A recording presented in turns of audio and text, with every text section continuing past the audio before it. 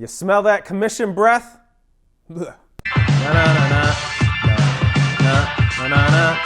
Na na na na na na na. Okay, let's do something cool. Hey guys, before we get into the video, I want you to hit subscribe right here, so I guess my ego is just better. All right, if you're a business owner, you gotta deal with trying to figure out what your ideal client is, because what you're probably doing, or what some of you might be doing, is you might be trying to sell to every single person that is breathing. And that is a big mistake. And actually, let me go back a step, and you might be thinking, what is an ideal client? So in this video, I'm going to show you, or tell you, what an ideal client is and how you should determine who your ideal client is for you. Whenever I first started business back in 2015, I was a solo guy, I was broke, as a freelancer. I didn't know anything about business, I didn't know anything about marketing or sales. I didn't know what an ideal client was. And you know what I did? I kept failing. I kept failing at sales, and I kept failing at marketing. And the reason is because I had commission breath. And what is that? That means I'm basically trying to sell to every single person out there. As long as they're breathing, I'm trying to sell them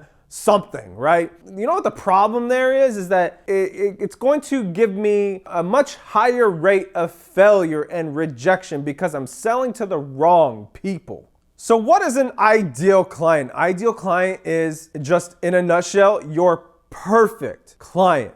So that to me is two things. One, they put a smile on your face every time you talk to them or you see them or interact with them. They're just fun people. They're good to, they're just fun to interact with, and you love doing business with them, right? There's that side of things. The second thing is they are profitable. You're making money. So if you got those two things, that's your ideal client. So if I want to dissect even more on what an ideal client is, first let me tell you the difference between a target market and an ideal client, because for some reason people like to interchange those things and they're just completely different. A target market is a set of people based off a certain set of demographics. So if I'm a yoga studio, maybe I'm trying to target women who are between the ages of 35 and 45, who live in a certain part of town, who are married because I need that double income, but maybe they also have kids, but they also are concerned with their overall health, and maybe they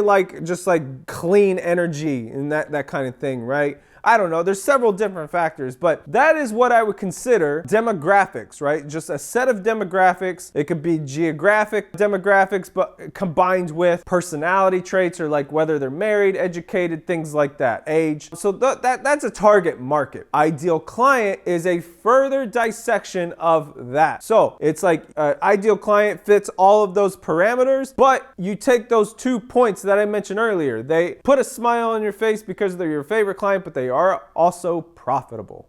Why do you need to know this? The reason why you need to know this is because if you can figure out who your ideal client is, then your marketing is a lot easier. So are your sales meetings. Because if you can figure out who that is, then you can focus your marketing efforts and your sales efforts towards those specific people, and your life is a lot easier, your business is a lot more profitable, your sales close ratio is a lot higher, and you're just rolling in the dough at that point. Now, the second thing that you need to know is okay, how do you determine who your ideal client is? That's a big question. This is a very highly debatable thing. Now, my take on this is my opinion. This is my experience over the last 6 years of starting and growing successfully several different companies. So take it for what it's worth. This is just my opinion. Somebody else, if you go to Joe Schmo, marketing expert down the road, they're going to say something else, probably going to be wrong. So take my word for it, and what I'm going to say is the right way.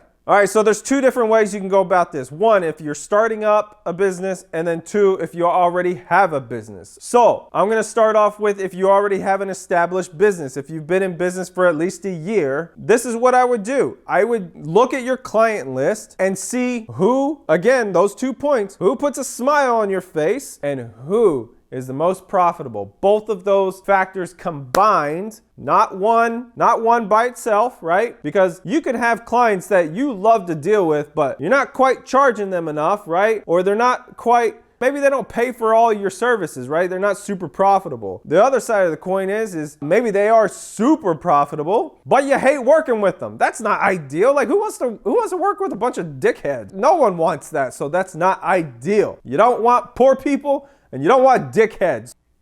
Not ideal. You got to have both combinations. People you love to work with and people who are profitable combined. That's your ideal client. So look at your top 10 clients who fit both of those factors and then start coming up with a list of things that they all have in common. Are they all like the demographics, right? The demographics, but you got to go deeper into that. Are they all into the same kind of hobby, right? Or did you find most of them in a certain like social gathering, right? Or event? Or maybe they're all part of a certain Facebook group, right? And so you need to look at trends like beyond demographics that they all have in common. And then all of a sudden, now you have your ideal client. Okay, so if you're first starting out your business, this is a much harder thing to do. A big mistake that a lot of people make is they try to guesstimate. They try to guess who their ideal client is. That's a big mistake in my opinion, because you have no idea who it is at that point. Like who's buying your stuff? Like people are just now buying your stuff. You just started out, so who is you don't have enough data. There's not enough data. So when you first start out, you basically like just let it happen naturally. Just take on whoever you can take on because you're in startup mode. You need that money. So you just take on projects and clients wherever you can get it because you just need to pay the bills, and then start gathering the data at that point. After about a year, 6 months to a year, you're going to have a pretty good idea, I think, of who your ideal client is. And at that point, you can start tapering off and filtering people out, and then you will know who your ideal client really is. All right, so to close, you got to know who your ideal client is. Don't have commission breath and just try to sell to everybody. Try to figure that out in the process. Who's your top 10 clients? And if you're first starting out, just keep that in mind. Take the money when you can, but collect the data, and then later on, see who that is and start filtering out all the dick holes.